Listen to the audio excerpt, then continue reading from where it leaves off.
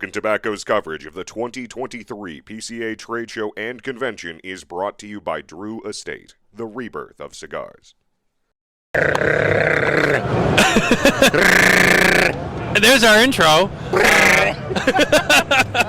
What's going on, everybody? Matt Tobacco from SmokinTobacco.com. I'm here at PCA 2023 with coverage brought to you by Drew Estate. I'm here at Dunbarton Tobacco and Trust. Wait a minute, do they know you're getting paid to interview me? They do. Really? Wow. Thank you, Drew Estate. I really appreciate it. In fact, they told me, like, if you don't interview Steve, then we don't want it at all. So, love you, Drew. That was contingent. You were contingent on the contract. So, but yeah, I'm here with Steve, and it's no secret you brought a lot of new stuff to PCA this year. Yeah, I have a lot of crap this year. It's kind of crazy. So, first and foremost, Mikirita Black, yes. Papa Saka, the smaller size. We saw Saka Khan last year. Right, Saka Khan, 7.25 by 54. And baseball bat, big old double Corona. Yeah, smokes forever. It does, but it was good. It's good. So, you're bringing the Papa Saka this year, which is, what's the size on that one? It's 5 5/8 by 48, so it's a slightly thicker Cuban Corona Gorda, because standard size with a Cuban format is 5 5/8 by 46. Okay. But I like the 48 ring gauge better, so that's why I decided to make it that way. So I know you're taking orders for Papa Saka, but is the Saka Khan also being released again? Is there? Saka Khan's continuous production. Okay. So Mikirita Black is like Sobremesa Brûlée Blue. We're making it every month. We're just not making as many as we're selling, so we're always behind. But we're making Papa Sakas full tilt. In fact, we'll start shipping the first Papa Sakas out probably in about a week, 2 weeks right after we get back from the show. Okay, so pretty soon. Yeah, and then there's more Papa Saka the month after that, and more Papa Saka the month after that. In fact, I made more Papa Sakas than I made of the Saka Khan, seeing how popular the Saka Khan was. Look, I don't want the cigars to be out of stock. I don't make money on out of stock. I make money when people can buy cigars, smoke cigars, and buy them again. So the goal is to make enough cigars to satisfy the market. Now, obviously, there's a limit as to how much you can make, but as long as I can make what I can make it consistently and I have the production capacity, I'm happy to make it. So we're making more Papa Saka, so it'll be like everything in the beginning. It'll be a little hard to get because there's so much enthusiasm about the cigar. Yep. But hopefully it'll be easier to get the Papa Sakas this year than it was to get the Saka Khans last year. And that's also true with Saka Khan, because seeing the success of Saka Khan, we're making considerably more Saka Khans too. So I hope to catch up, but you never know. Look, it's been, 3+ years, and I still have never caught up on Sobremesa Brûlée Blue. I haven't caught up on Paladin still. I have a hard time catching up on Mikirita Gordas, and so we do what we can. But the goal is to make enough cigars. That is the goal. Of course. You got to satisfy all the customers. Yeah, well, look, the truth is I just want their money. And if I don't make the cigars, I can't get the money, so. Well, that's true. It's very true. Yeah. That's why we're all here, right? Yeah. One of the other things that you bring into the show is, so Red Meat Lovers Club is now going to be a national release. It'll be available nationwide. Right. What was kind of the thought process behind that? Just I kind of got backed into it. It's the only brand that I make that I don't own the brand. Okay. Red Meat Lovers is owned by Evan Darnell. Right. He had an organization before that focuses on these fancy giant steak charity dinners, and the whole project began originally as making a cigar for his dinners, and then I had gotten introduced to him by Abe DeBabna at Smoke Inn, and then we started making it as a store exclusive for Smoke Inn, and we did this for 5 consecutive years, I believe, and it's become like a runaway success for Abe. I mean, just thousands of bundles every single year. And Evan has dreams of grandeur. He thinks he's going to get rich, so he wants the brand to be a nationwide brand. So, in the end, if I chose not to make it, he was going to get Red Meat Lovers made by another factory, and that just didn't sit well with you. Well, no, it's not that so much. It's just, and I was trying to explain to Evan that even if he found another factory to make the cigar, consumers would say it's not as good because it's just human nature. Yeah. Right? Plus, I put a lot of work into the cigar, right? So it only makes sense. So we're now going to launch Red Meat Lovers nationwide. I kept my two favorite, over the 5 years we made various Vitolas. I kept my two favorites, which was the Toro, the 6x52 box press, and the Beef Stick, which is one that I did for last year's drop. Yep. And I added two more Vitolas. I added a larger 6x60 that's called the Porterhouse. But because it's a Prensado, a trunk press cigar, it has like a mouth fit that's more like a 56. And then I added a really nice Robusto that we're calling the Filet. And I really like the Robusto a lot. So there'll be the two that existed that were really popular, and then there'll be two new expressions of Red Meat Lovers that nobody has ever smoked before. So it's a really, really nice product. I think consumers are going to be. It's one of the weird things. It's like a new product that isn't new. I mean, think about it as a retailer. You see all sorts of new things, and you don't know if it's going to sell or not sell. Here's one that literally has been selling for 5 years and has thousands of positive reviews on it, right? Yeah, of course. So, I mean, the question is, will it be as successful when it's available all the time versus the once a year, I can't wait till it's available, boom, boom, boom. But time will tell. But it's a really nice broadleaf Maduro, smooth, earthy, dense, heavy. It's a nice cigar. I think it's gonna find a lot of flavor with a lot of smokers. Well, that's really exciting to hear, and I know, like you said, there's always a lot of hype around it, and it'll be interesting to see how it does when it's more regularly available. Yeah, we'll see what happens. I mean, in the end, the stuff doesn't sell, then stop making it. Yeah, that's all you can do. Yeah, but I mean, I'm pretty optimistic. Look, again, it's got a 5-year track record. It's a good cigar. It's a good gamble. Yeah. Now, one of the things I know that you're also bringing is the Popetta, which was also an event-exclusive cigar, is now going to be a regular production. Yeah, so we've been using a Popetta as the event-only promo cigar. I wanted to change the event-only cigar. We're now making Potapero. That's the Potapero right there.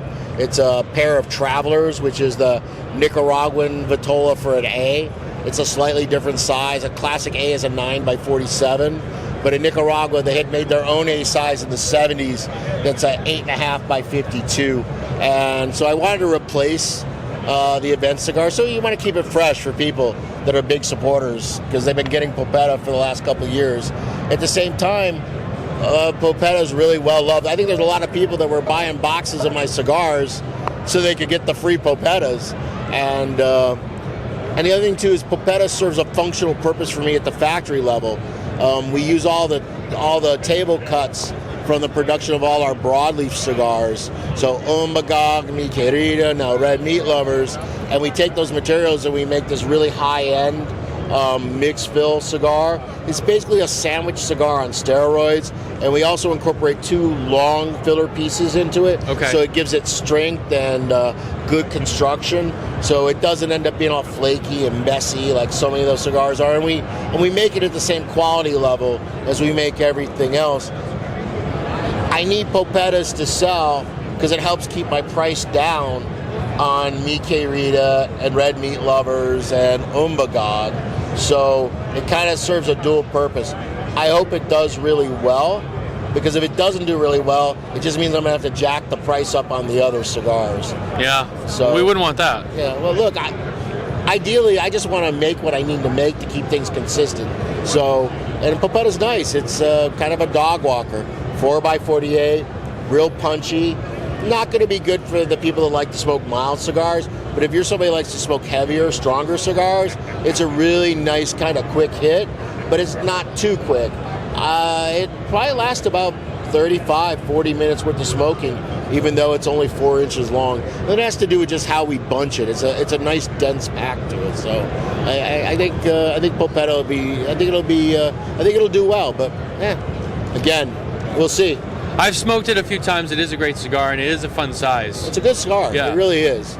And then also it'll be a way for people that like our flavor profile. It's like $7 roughly. Okay. Right? So, yeah. I mean, it's about as cheap as a date as I'm ever going to be. Right? So, yeah. it's a way to get the flavor of the tobaccos that we use in so many of our top shelf cigars in a way that doesn't actually hurt the wallet as bad. Okay. Well, very excited to see that come more mainstream. How many times when you're doing these interviews, you say, "Oh, I'm really excited. I'm looking forward." You must say that like literally every single time. But we're excited about all of it. That's why we're here. If we weren't excited, we wouldn't do this. He doesn't look that excited. Look at him. He's like, He's new to this. He's taking in all of this for the first time. He's not. You smoke a lot of cigars, Matt? Matt's behind the camera, folks. You can't see him. That's true. I know we're breaking, what do they call that? The third wall? The fourth wall. Fourth wall. We're not supposed to do that. No. Yeah, but I don't care. You can do whatever you want, Steve. Yeah. But, you know, you've been on the show before, and I know you're coming back on for your redemption, as you I call. was very disappointed in my performance on your program the last time. That's okay. You get a redo. I was so tired. Well, he's the voice. Oh, okay. From the show, if you remember the voiceover that starts the show, he is the voice. Ah. That's who that is. Now you can put a face to it. I liked him better as the voice. Me too. I agree. So, Steve, the other thing I wanted to ask you about, you have two different unicorns that are coming, that are outside of the standard unicorn line. Yes, the Sober Mesa and the Mikirita Black. Yeah, it's a Sober Mesa Brulee Blue. It's a Brulee Blue. It's not the regular Sober Mesa. Okay. Those cigars are interesting, to say the least. They're sick. They are. They really are. And I'm going to just say, you've been teasing the shit out of them.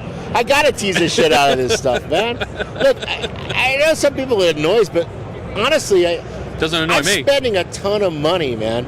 I'm making all this like really unique, wacky stuff, and it costs a lot of money to do it, and there's a lot of risk involved. There really is. I mean, and the thing is, particularly like with these unicorns, we're not even selling them. We're giving them to our best accounts. So, something your viewers don't know, but typically at trade shows, almost all the manufacturers offer very substantial discounts and deals to motivate their retailers to bring more of the product in, and we as a company don't do any deals or discounts, and there's very few of us like that at the trade show. Padron doesn't, Fuente doesn't, and little Dunbarton Tobacco and Trust doesn't, which of course really annoys the retailers, because they're like, who the fuck do you think you are? You think you're Padron, you know what I mean? That's what comes out of their mouth. But I just don't believe in the whole deal and discount thing. It's like, things should be priced for what they cost to make, so that you can make them consistently and good, and then you as a consumer get to decide whether you think it's worth the money or it's not worth the money. If it's not worth the money, don't buy it. But at the same time, I also have to be realistic, so what we're doing with the unicorns is we're giving our best accounts these unicorns gratis for them to have in their shops. So rather than me giving them a discount and selling them Red Meat Lovers cheaper or Brulees cheaper or something, this is something that I can do that's extra special for them. And at the same time, I don't devalue the product, because it's just I just don't like the whole scheme. So that's what we're doing with the blue and the black unicorns. And looking at it from what I'm understanding, look, the show just started 3 hours ago. Yeah. But it seems like we're cranking. This booth is very busy. And they are. There's no way you can look at those and go, those aren't sexy. No. They are so damn sexy. Yeah, you did good. Yeah, you did good. I'll give it to you. They are really, really pretty. Yeah, they're nice. And the other thing too is, cigars are really good. I personally like both of these better than the original unicorn. Really? I do. Now, are these just a one and done run?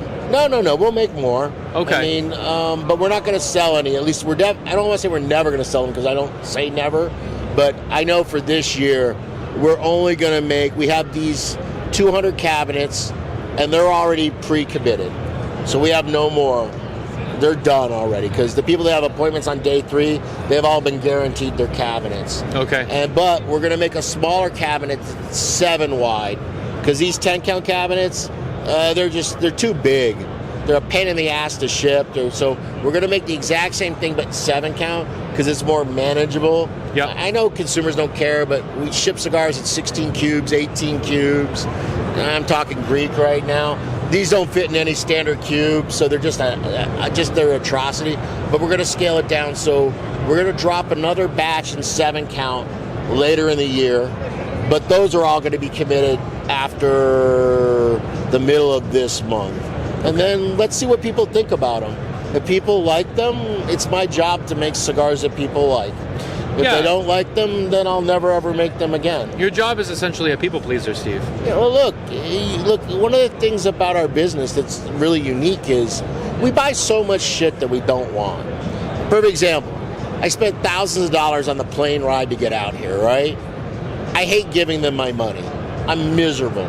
I'm miserable flying, and I think everybody that flies anywhere right now is miserable, right? So you have to spend money on that. The thing that's so great about cigars is people want the cigars to be really good.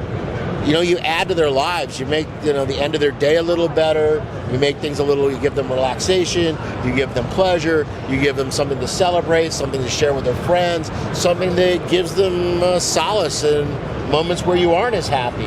So cigars are one of the rare things that we as cigar smokers spend money on that we're actually happy to spend money on. Right. We want the product to be really good. We're happy to pay, whether it be $8, $10, or if it's a $100 unicorn to mark the birth of my first grandchild. You're happy to do it. And that's one of the things that I love. So absolutely you're in a people-pleasing business. No doubt about it. I mean, that's the part of it. It's part of what makes handmade cigars unique. Nobody needs handmade cigars. It's true. They're a little luxury in life to just make life a little sweeter. So, yeah. I like that. It's a nice tagline. Yeah? Yeah, it makes life a little sweeter. Makes life a little sweeter. I like that. Yeah, and people go, oh, well, you're sweetening the brulees, but never mind. Yeah, we won't open that can of worms again. Well, Steve, we're going to wrap this up, but I just want to say thank you for meeting with us. Thanks for talking with us. It's always great to see you. Oh, thank you very much. Keep doing what you're doing, and congrats on the... do you know if it's a boy or a girl yet? It's a girl. Oh, congratulations. Yeah. And do you have a name picked out? Anastasia. Ooh, fancy. Yeah. And so, what do you think? You're going to call her Anna, you think? Or you got... Yeah, that'll be the short one. That'll be the short version? Yeah. Well, give my love to Nicole. I will. And keep cranking. Keep the voice behind the camera. And go from there. All right. Thank you, Steve. Guys, stay tuned for more coverage from PCA 2023 brought to you by Drew Estate. Take care.